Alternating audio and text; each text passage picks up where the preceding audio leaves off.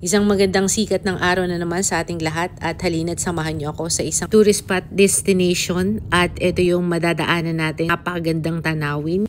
Along the road ay madadaanan niyo mga wild animals na talaga namang sobrang mag-i-enjoy kayo. At ang isa pa sa pinakapaborito ko ay ang magandang sikat ng araw na nahahaluan ng iba't ibang kulay. At isa pa ay ang napakagandang kalsada na para kayong nakasakay sa duyan up and down. Sobrang mag-i-enjoy kayo dito guys dahil talagang makapigil hininga kapag kayo ay tumataas at bumababa. Feeling mo ay para kang nagduduyan.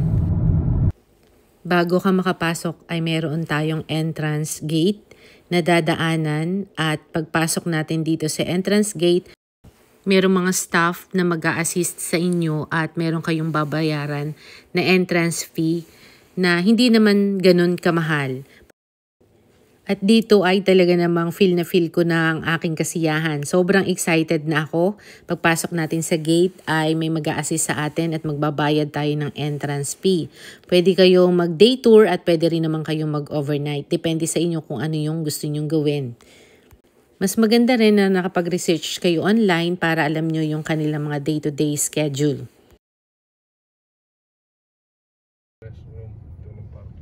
Pagpasok nyo ay meron kayong makikitang malawak na parking area. Meron silang mga souvenir shop. Meron ding mga dining table, dining chairs na available para kung sakaling kayo ay nagugutom ay maaari muna kayong kumain bago kayo mag-start maglakad-lakad doon sa mismong site.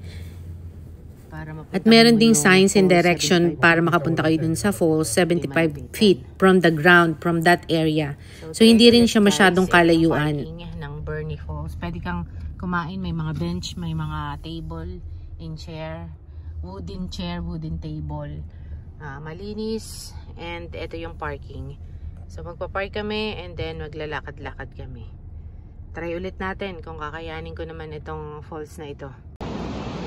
Pagpasok mo pa lang doon sa area ay mararamdaman mo na yung lamig ng hangin, yung simoy ng hangin at maririnig mo yung lagaslas ng napakalakas na tubig na bumabagsak. Pagdating naman sa area na ito ay mayroong mga pwede kang mabasa kung ano yung mga story behind that Bernie Falls.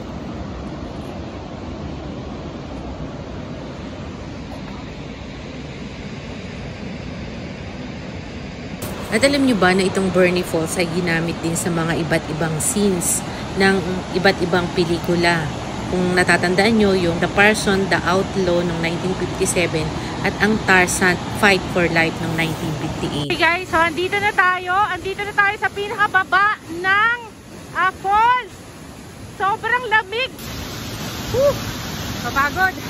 Andito na tayo sa pinakababa ng falls, Bernie Falls. Ayan, nasa likuran ko. Grabe, eto na talaga. This is it. Dito sa part na ito talagang hindi kayo magkakarinigan dahil sa sobrang lakas ng impact ng pagbagsak ng water. Sobrang lamig, napaka-cool ng pakiramdam at sobrang mag-i-enjoy ka talaga. Crystal clear ang water. Super clear talaga. Super clean. At nagkukulay blue ang water. And this time na pagbisita namin, ito ay summer. At talaga naman kahit summer at mainit, sobrang lamig pa rin ng tubig. Matatagpuan ito dito sa Shasta, California. At alam nyo ba na from the top cliff, 129 feet from the cliff. Ayan, ganun kataas yung ating falls. Tapos, pag hinawakan nyo yung tubig, parang inilagay nyo sa freezer yung inyong kamay. Mumulak agad, magpipreeze yung inyong kamay, masakit. Sobrang lamig ng tubig. Nakita nyo naman na napakaganda talaga ng waterfalls na iyan. At pansamantala, ay tayo ay huminto at nagmuni-muni muna para maramdaman natin at makapag-relax at makapag-unwind din tayo dito sa napakagandang tanawin. Super amazing na waterfalls na matatagpuan natin dito sa Shasta County ng California. Sa sobrang lakas ng impact ng water na bumabagsak, hindi kami magkaintindihan. At susubukan daw niya na lumusong sa tubig. Sabi niya sa akin ay sobrang lamig.